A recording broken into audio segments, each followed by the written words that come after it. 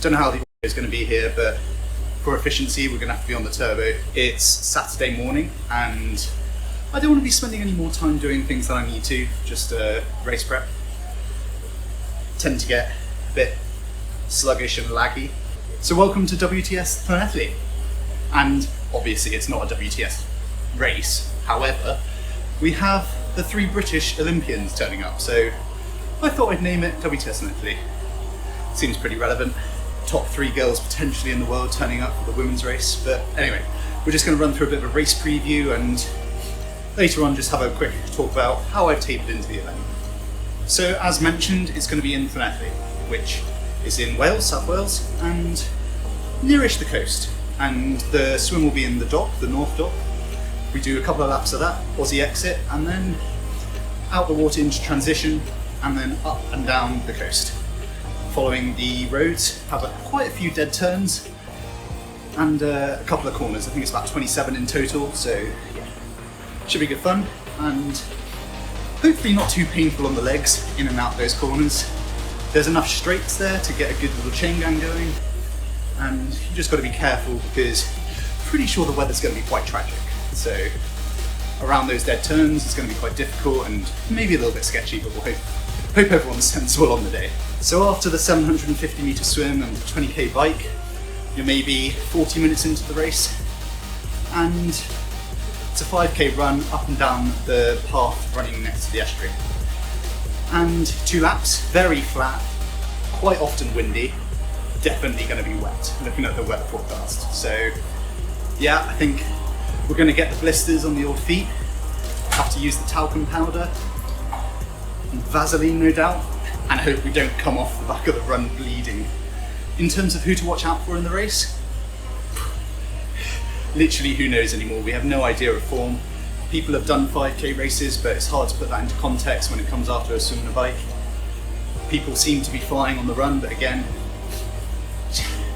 just out of context, like, unless you've done a 5k in the same race and after a swim and a bike, you're just not going to know how people are going to perform. So that's on the men's side. On the women's side, we can pretty much guarantee that the 3 girls will be off the front, or if not off the front, competing on the run or at the head of the race, essentially. So that's Jess, Georgia and Vicky.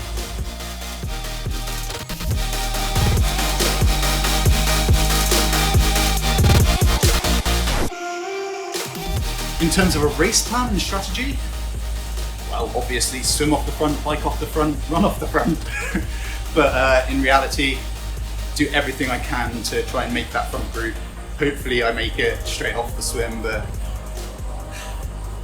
going by precedent, it's going to be a chase onto the front if I can. But there's such strong people at the front of the race now for swimming and biking. It's going to be quite tough, so give it my all and see where I'm at on the day. In the women's side of things, like I said, I think it's going to be a swim off the front for Jess, see where George is at, and they might 2 or 3 up with Vicky, so I think that's going to be how that pans out. You can watch live streams. I think Chris Silver and Jamie are going to be doing live streams on their Instagram, so you can keep up to date with that. The guys' race sets off at 9 AM and the women's, I think, at 10, so keep an eye out for that.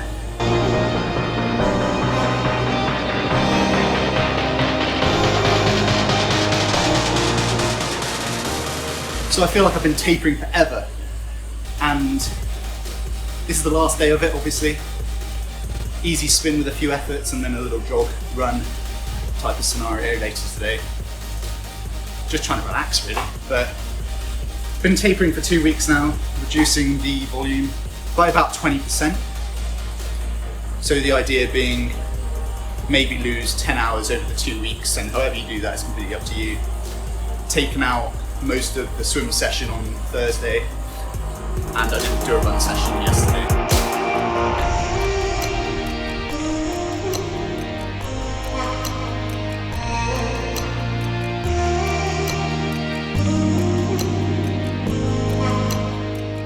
I'll probably hit about 20 hours maybe this week, maybe just under, with the race and warm up, warm down, etc, etc.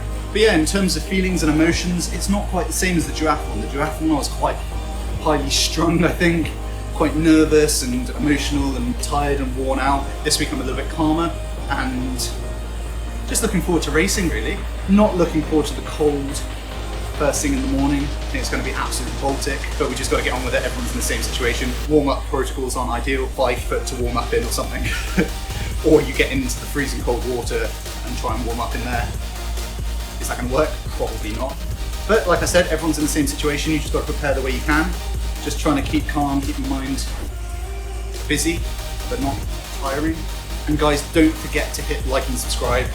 I'll release a video covering the race next week. Get as much footage as I can, and then my thoughts and post-race analysis next week, as early as I can.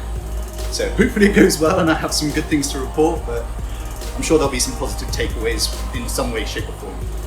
So stay tuned, hit that subscribe, hit that bell icon so that you're reminded when I upload that, and I'll see you next time.